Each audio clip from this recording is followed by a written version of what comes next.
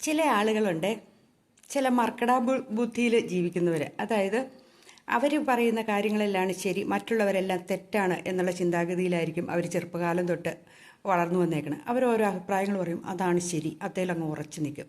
എന്നാൽ കാലം മാറിയതനുസരിച്ച് അവർക്കും മനസ്സിലാകും അവർ പറയണതൊക്കെ തെറ്റാണ്. എങ്കിലും അതേന്ന് വിടില്ല, അതേ തന്നെ പിടിച്ചു തൂങ്ങിക്കിടക്കുകയും ചെയ്യും. എന്നിട്ട് മറ്റുള്ളവരുമായിട്ട് അതിനെക്കുറിച്ച് വാക്കുതർക്കമാകും, മിണ്ടാണ്ടിരിക്കും, വഴക്ക് കൂടും. ഇങ്ങനെയുള്ള മനുഷ്യരെ നിങ്ങൾ കണ്ടിട്ടില്ലേ? ശരിക്കും പറഞ്ഞിട്ടുണ്ട് എന്താ ചെയ്യേണ്ടതെന്നറിയോ? കാലം മാറുന്നതനുസരിച്ച് നമ്മുടെ സ്വഭാവത്തിലും മാറ്റങ്ങൾ വരുത്തണം. അല്ലെങ്കിൽ ആരും നമ്മളെ അംഗീകരിക്കില്ല. നമ്മൾ പറയുന്നതെല്ലാം വിട്ടിത്തരമാണെന്ന് അവർക്ക് മനസ്സിലാകും.